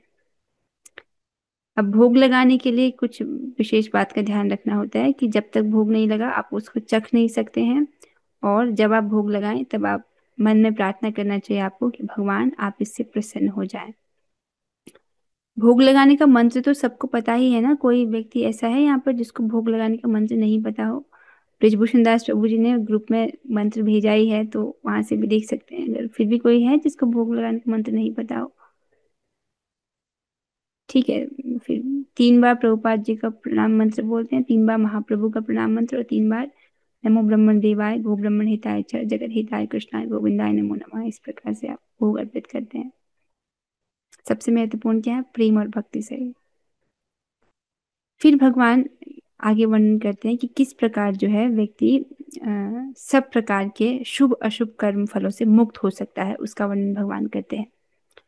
यत् करोषि यत् अश्नासि यत् जुहोसि ददासि यत् यत् तपस्यसि कौन्तेय तत् कुरुष्व मदर्पणम। हे कुंती पुत्र, तुम जो कुछ करते हो, जो कुछ खाते हो, जो कुछ अर्पित करते हो या दान देते हो, और जो भी तपस्या करते हो, उसे मुझे अर्पित करते हुए करो। भगवान यहाँ पर स्पष्ट वर्णन करते हैं कि कैसे हमको वो सब प्रकार के शुभ अशुभ कर्मों से मुक्त कर देंगे, तो उसकी विधि भगवान ने यहाँ पर वर्णन की है। ऐसा करेंगे तो क्या होगा? शुभा शुभ फलैरेवं मोक्ष से कर्म बंधने संन्यास योग युक्तात्मा विमुक्तो मामुपैष्यसि। शुभाशुभ फलैरेवं, इस प्रकार से तुम जो है शुभ और अशुभ जो कर्म फल है उसके बंधन से मुक्त हो जाओगे। इस तरह तुम कर्म के बंधन तथा इसके शुभ अशुभ फलों से मुक्त हो सकोगे। इस संन्यास योग में अपने चित्त को स्थिर करके तुम मुक्त होकर मेरे पास आ सकोगे। तो यहाँ पर भगवान कह रहे हैं कि अगर तुम इस प्रकार से अपने सभी कर्मों को करते हो, कैसे कि जो भी करते हो उसे, जो भी करते हो, जो भी खाते हो, जो अर्पित करते हो, दान देते हो, जो तपस्या करते हो, उसको मुझे अर्पित करते हुए कर रहे हो, तो क्या होगा? तुम अपने कर्मों के सब शुभ और अशुभ फलों से मुक्त हो जाओगे, और इस प्रकार से तुमको मोक्ष प्राप्त होगा, अंत में तुम मेरे पास आओगे। तो भगवान यहाँ पर बता रहे हैं कि जो भगवान के उपासक हैं, भगवान उनको मोक्ष प्रदान करते हैं, अर्थात अपने चरण कमलों की प्राप्ति कराते हैं, इस संसार बंधन से उसको मुक्त कर देते हैं, ये बता रहे हैं। अब ये बात तो सब समझ ही रहे होंगे कि जो अशुभ फल हैं उसके कर्म फलों से मुक्त हो जाना तो अच्छी बात है, वो तो सब चाहते हैं कि अशुभ फलों के कर्म फल से मुक्त हो जाएं। फिर भगवान शुभ जो कर्म फल है उनसे मुक्त होने की बातें क्यों कर रहे हैं? जो अच्छे कर्म किए हैं उसका तो अच्छा फल मिलेगा ना, तो ऐसे अच्छे फलों से मुक्त होने की बात भगवान क्यों कर रहे हैं? देखिए, अगर आपको अच्छे कर्म भी किए हैं तो उन अच्छे कर्मों का अच्छा फल भोगने के लिए, क्योंकि वो सब भौतिक कर्म है, तो उसका अच्छा फल भोगने के लिए एक भौतिक शरीर की आवश्यकता पड़ेगी। उसके लिए एक बार और भौतिक शरीर धारण करना पड़ेगा, जन्म लेना पड़ेगा, और जन्म लेंगे फिर भौतिक शरीर में क्या क्या परेशानी होती है? जन्म, मृत्यु, जरा, व्याधि, उसके साथ साथ आध्यात्मिक क्लेश, आदि दैविक क्लेश और आदि भौतिक क्लेश भी जो है वो लगे रहते हैं। आध्यात्मिक क्लेश कौन से क्लेश? जो अपने शरीर और मन से प्राप्त होते हैं। आदि दैविक क्लेश कौन से होते हैं? जो कि देवताओं के द्वारा प्राप्त होते हैं, जैसे कि भूकंप आदि हो गया, बाढ़ हो गया।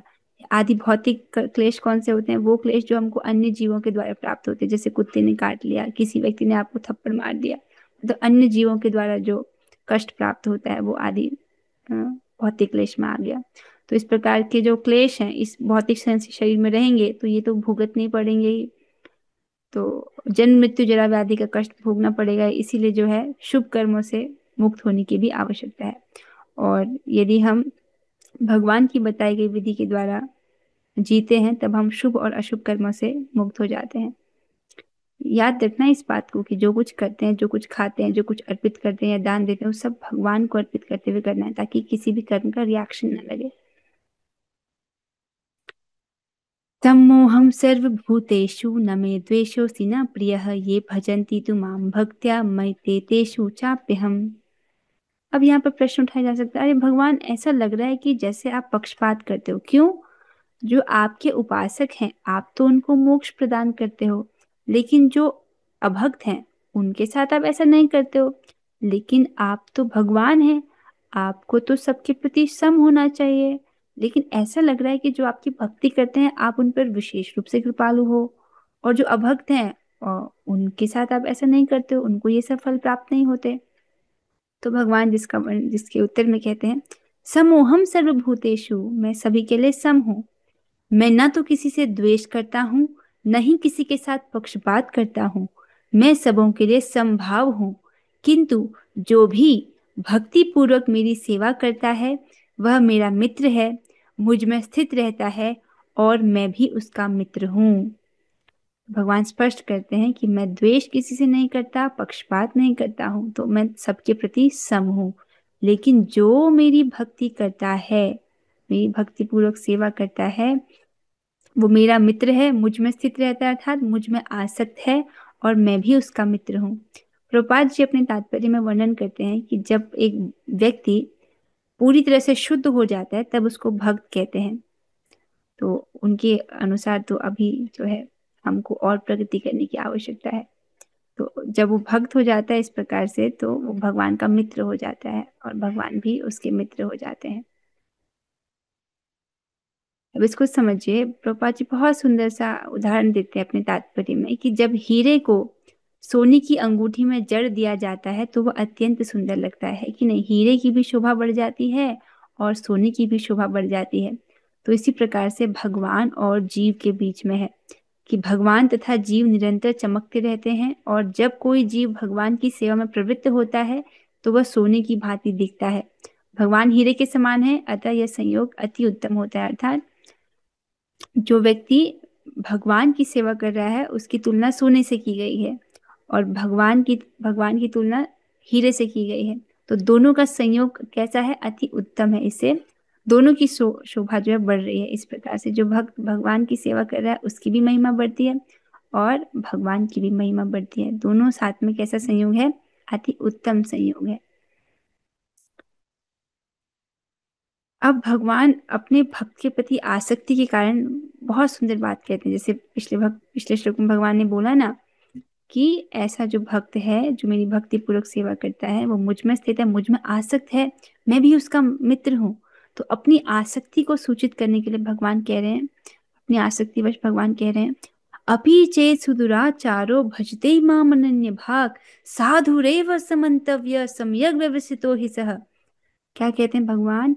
यदि कोई जघन्य से जघन्य कर्म करता है किंतु यदि वह भक्ति में रत रहता है तो उसे साधु मानना चाहिए, क्योंकि वह अपने संकल्प में अडिग रहता है। मतलब कोई व्यक्ति अनन्य भक्ति कर रहा था भगवान की, उससे कदाचित कोई दुराचार हो गया है, जघन्य कर्म हो गया है, ऐसा निषिद्ध कर्म हो गया जो नहीं करना चाहिए था, लेकिन उसका वो दृढ़ संकल्पित होकर के भगवान की भक्ति में ही लगा है। तो भगवान का आदेश है, साधु रेव समन्तव्यः, उसको तुम साधु ही मानो। ये आदेश दिया है भगवान ने। नहीं मानेंगे तो क्या हो जाएगा? अगर मान लीजिए उस व्यक्ति की निंदा कर दी या उसका उपहास उड़ा दिया, तो भगवान तो उसको साधु ही मान रहे हैं, और अगर उसका उपहास उड़ा दिया तो ये साधु निंदा हो जाएगी, अपराध हो जाएगा, और भगवान इससे प्रसन्न नहीं होंगे। तो उसको कैसा साधु मानना चाहिए? साधु रेव समन्तव्य। साधु कैसा होता है? महात्मा की व्याख्या क्या की थी भगवान ने? महात्मा नस्तु माम पार्थ दैवीं प्रकृतिमाश्रितम् भजन्ति अनन्य मनसो ज्ञात्वा भूतादिमव्ययम्। जो महात्मा व्यक्ति है वो भगवान की दैवी प्रकृति के संरक्षण में रहते हैं, भगवान की आराधनी शक्ति के संरक्षण में रहते हैं। और वो क्या करते हैं? भजन्ति अनन्य मनसो ज्ञात्वा भूतादिमव्ययम्। वो भगवान की अनन्य भाव से उनका भजन करते हैं, भगवान को आदि और अविनाशी समझते हुए। तो ऐसा ही साधु इसको भी मानना है। इसको भगवान वर्णन करते हैं। तो भगवान से प्रश्न बोला जाएगा, ठीक है आप कह रहे हो कि उसको साधु मानना चाहिए, ठीक है हम उसको साधु मानेंगे, लेकिन क्या साधु मानने से वो साधु हो जाएगा? जिसके उत्तर में भगवान कहते हैं, अभी हम उस श्लोक पर वापस चलेंगे, थोड़ा सा अभी और समझना है इस श्लोक में, कि अनन्य भक्ति करते हुए कदाचित दुराचार उपस्थित हो जाए तो उसकी अनन्य भाव से भक्ति करने का गुण इतना महान है कि श्री भगवान उसके दुर्गुणों को देखते ही नहीं, जैसे सूर्य कभी अंधकार को नहीं देखता। आप समझ रहे हो? जैसे आप समझ रहे हो मंजी प्रभु जी, आप ये मुझे बताइए कि सूर्य ने अंधकार को कब देखा? सूर्य ने अंधकार को कब देखा? कभी नहीं देखा ना। उसी प्रकार से जो भक्त है, यदि उससे कुछ दुराचार भी हो जाए तो भगवान उसके दुर्गुणों को नहीं देखते, भगवान यही देखते हैं कि ये मेरी सेवा करना चाहता है। तो ये भगवान की अनन्य भक्ति करने का गुण इतना महान है कि भगवान इसी को देखते हैं। इसी से जो है भक्ति करता रहता है तो उसके पाप तो नष्ट हो जाते हैं, जो पाप करने की प्रवृत्ति है वो भी जो है वो नष्ट हो जाती है। बस उसमें थोड़ा समय लगता है, इसीलिए जो है दृढ़ संकल्पित होकर के भक्ति करते रहना है। और जिसको प्रभुपाद जी अपने तात्पर्य में बहुत सुंदर उदाहरण से समझाते हैं कि यदि भगवत भक्ति में तत्पर व्यक्ति कभी घृणित कार्य करता पाया जाए तो इन कार्यों को उन धब्बों की तरह मान लेना चाहिए, जिस प्रकार चांद में खरगोश के धब्बे हैं। तो चांद है, उसमें कुछ धब्बे दिख रहे हैं आपको, है ना? इस धब्बों से चांदनी के विस्तार में बाधा नहीं आती। यद्यपि धब्बे हैं लेकिन चांद जो है अपनी चांदनी को बिखेर रहा है, अपनी शीतलता प्रदान कर रहा है। यद्यपि उसमें धब्बे भी हैं तो भी। इसी प्रकार साधु पद से भक्त का आकस्मिक पतन उसे निंदनीय नहीं बनाता। तो व्यक्ति साधु पद पर चल रहा है, आकस्मिक पतन हो गया, लेकिन वो फिर से भक्ति करता है तो वो निंदनीय नहीं है। अब प्रश्न पर वापस आते हैं कि हाँ ठीक है आप कह रहे हो कि उसको साधु ही मानो, तो क्या साधु मानने से वो साधु हो जाता है? भगवान जिसके उत्तर में कहते हैं, क्षिप्रम भवति धर्मात्मा शाश्वत शांतिम निगच्छति कौन्तेय प्रतिजानीहि न मे भक्त प्रणश्यति। भगवान कहते हैं, क्षिप्रम भवति धर्मात्मा, वह तुरंत धर्मात्मा बन जाता है, बहुत जल्दी ही वो धर्मात्मा बन जाता है, और शाश्वत शांति में निगच्छति, और स्थायी शांति को प्राप्त होता है। कौन्तेय प्रतिजानीहि न मे भक्त प्रणश्यति। हे कुंती पुत्र, निडर होकर घोषणा कर दो कि मेरे भक्त का कभी विनाश नहीं होता है। भगवान यहाँ पर आश्वासन दे रहे हैं कि जो भगवान का भक्त है उसका कभी विनाश नहीं होता है। अब इस श्लोक को ध्यान से समझिएगा।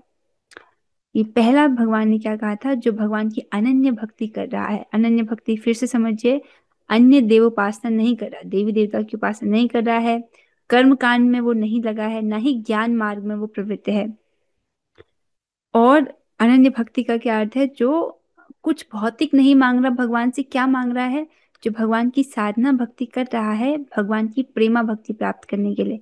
इस प्रकार से जो अनन्य भजन कर रहा है, मान लो वो भक्ति के पथ पर चल रहा है, कदाचित उससे दुराचार हो जाए, उसको भगवान कह रहे हैं साधु ही मानो। ठीक है? क्यों? क्योंकि वो बहुत जल्दी धर्मात्मा बन जाता है। यहाँ पर धर्मात्मा का एक लक्षण समझिए।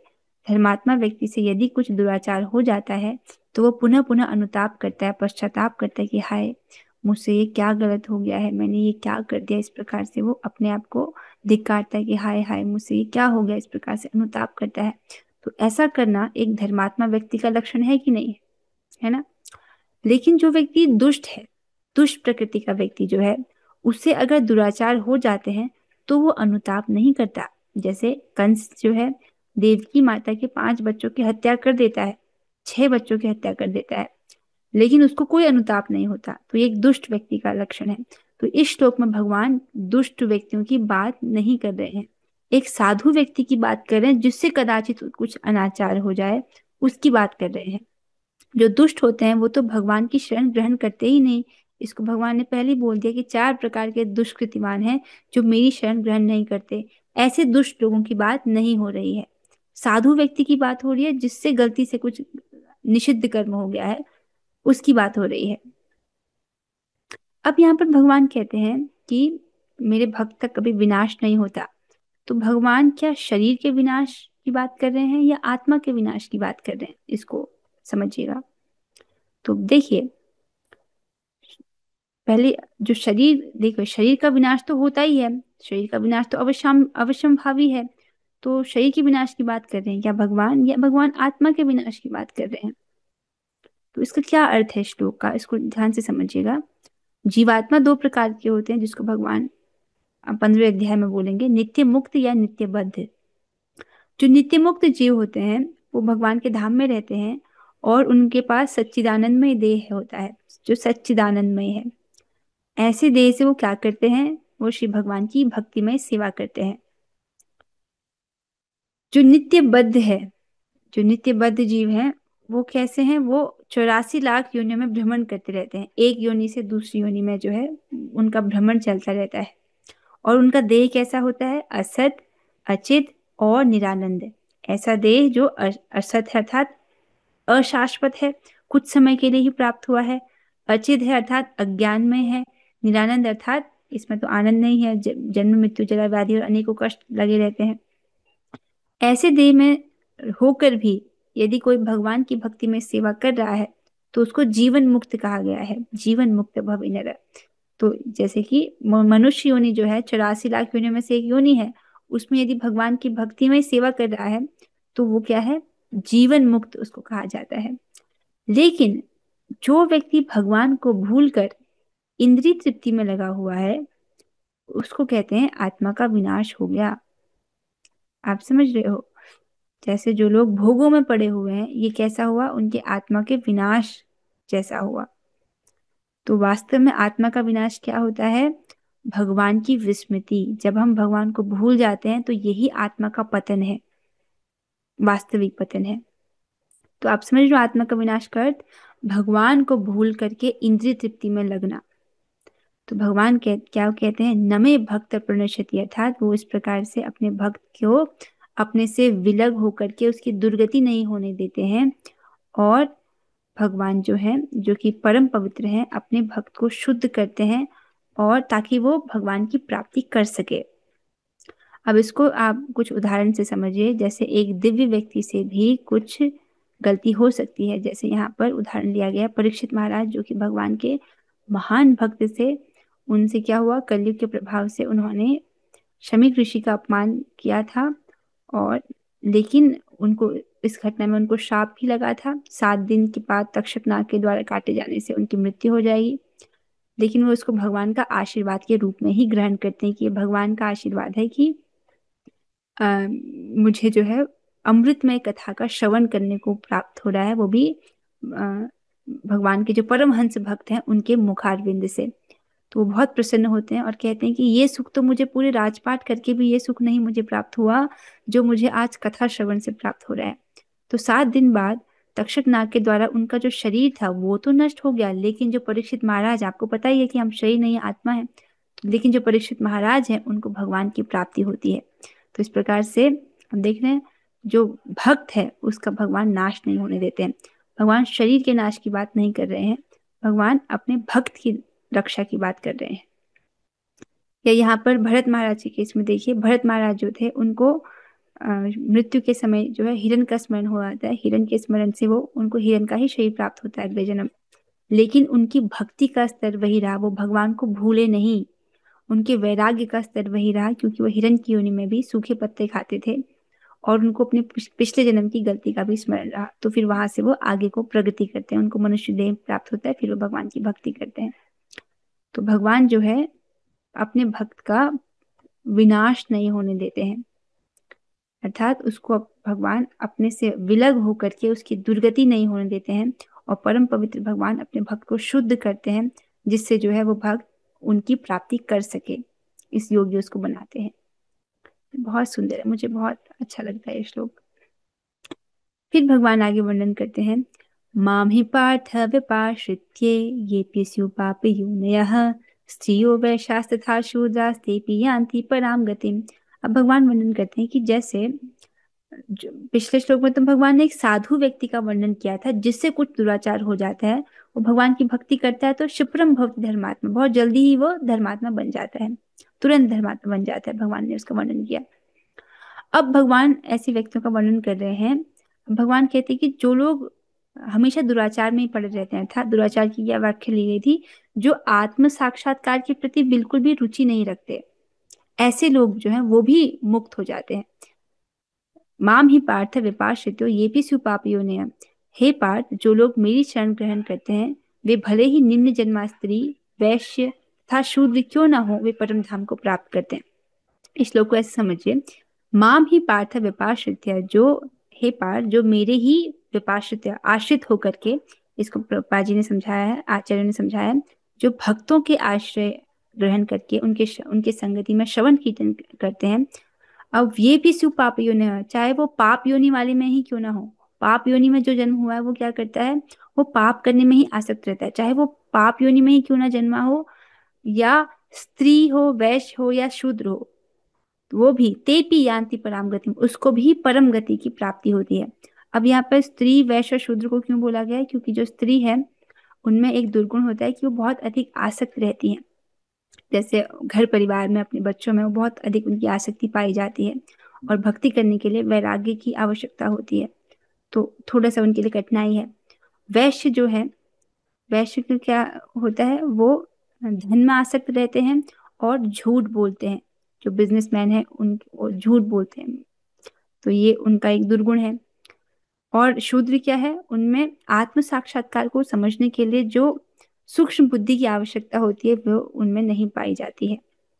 शूद्र अर्थात जो श्रमिक हैं, तो इसलिए जो है, लेकिन अगर ऐसे भी जो लोग हैं उनको माम ही पार्थ विपाश्रित्य, अगर वो मेरे आश्रित हो जाते हैं, विपाश्रित्य का अर्थ मेरे भक्तों के आश्रय में श्रवण कीर्तन को अपनाते हैं, तो तेपी अंतिम परम गति, उनको भी परम गति की प्राप्ति होती है। आप समझ रहे हो, आज वो स्त्री, शूद्र या वैश्य है, लेकिन भगवान क्या वर्णन करें कि उसको परम गति की प्राप्ति हो जाएगी, अर्थात वो भगवान का पार्षद बन जाएगा।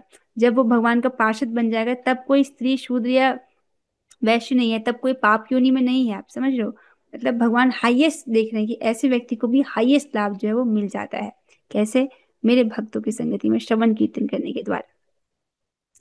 उदाहरण के तौर पर यहाँ पर लखा हीरा का उदाहरण है, जो कि हरिदास ठाकुर जी का पतन कराने आई थी, लेकिन हरिदास ठाकुर जी की कृपा से उनको उनका उद्धार होता है और उनको एक ही जन्म में भगवान के प्रेम की प्राप्ति हो जाती है। या मृगारी का उदाहरण दीजिए, मृगारी एक ऐसा व्यक्ति था जो जानवरों को अधमरा मारा करता था, लेकिन नारद जी के कृपा से उनको भक्ति प्राप्त हुई और वो एक शुद्ध भक्त बन गए। तो ये भगवान के भक्तों की कृपा से उनको प्राप्त हुआ। तो देखिए, यदि व्यक्ति अपनी बुद्धि से भगवान श्री कृष्ण की शरण ग्रहण नहीं करता है तो वो क्या करता है, वो काम, क्रोध, लोभ आदि की शरण ग्रहण करता है और पतित हो जाता है। समझो, हमारे पास एक चुनाव है, अगर हम सही चॉइस नहीं कर रहे हैं तो बाय डिफॉल्ट हम गलत चॉइस में हैं। और गलत चॉइस क्या है, काम, क्रोध, लोभ, मोह, मद, मात्सर्य की शरण ग्रहण करना।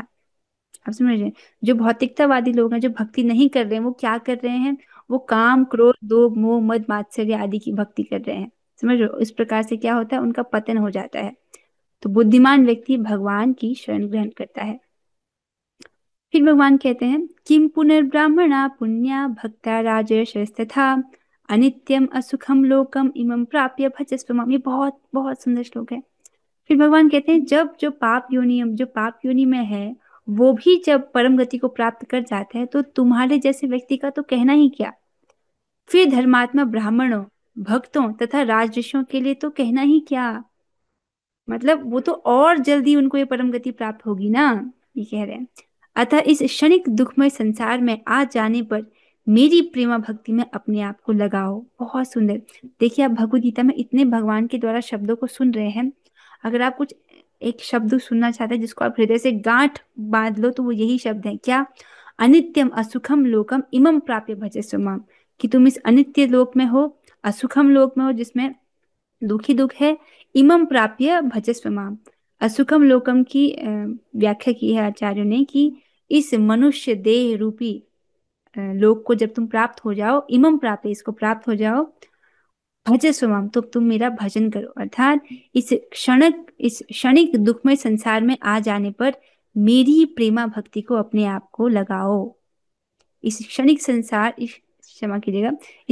दुखमय संसार में आ जाने पर मेरी प्रेम भक्ति में अपने आप को लगाओ, इस बात को गांठ पालो। यही भगवान आदेश दे रहे हैं, यही हमको करना है। और अगर भगवान कैसे आपका भजन करें, आपके भजन का प्रकार क्या है, तो भगवान वर्णन करते हैं, मन्मना भव मद भक्तो मदयाजी माम नमस्कुरु मामे वैश्यसि युक्त्वैवं आत्मानं मत्परायणः। अपने मन को मेरे नित्य चिंतन में लगाओ, मेरे भक्त बनो, मुझे नमस्कार करो और मेरी ही पूजा करो। इस प्रकार मुझ में पूर्णतया तल्लीन होने पर तुम निश्चित रूप से मुझको प्राप्त होगे। तो चार आदेश भगवान ने दिए हैं। अपने मन को भगवान के चिंतन में लगाना है, भगवान के भक्त बनना है, भगवान को प्रणाम करना है और भगवान की ही पूजा करनी है। ऐसा करेंगे तो क्या होगा, भगवान बता रहे हैं कि आप निश्चित रूप से तुमको मेरी प्राप्ति होगी, निश्चित रूप से भगवान की प्राप्ति होगी। ऐसा भगवान आश्वासन दे रहे हैं। बहुत सुंदर है। इसके साथ जो है ये नवम अध्याय यहीं पर संपूर्ण होता है। हरे कृष्णा कृष्ण कृष्ण हरे हरे, हरे राम राम राम हरे हरे। हरे कृष्णा कृष्ण कृष्ण हरे हरे, हरे राम राम राम हरे हरे। हरे कृष्णा कृष्ण कृष्ण हरे हरे, हरे राम राम राम हरे हरे। हरे कृष्णा कृष्ण कृष्ण हरे हरे, हरे राम राम राम हरे हरे। श्रीमद् भगवद गीता की जय, जगत गुरु प्रभुपाद की जय, नामाचार्य हरिदास ठाकुर की जय और श्री गुरु गौरंगा। हरे कृष्णा। आप सही भक्तों के सहयोग के लिए बहुत बहुत धन्यवाद। हरे कृष्ण।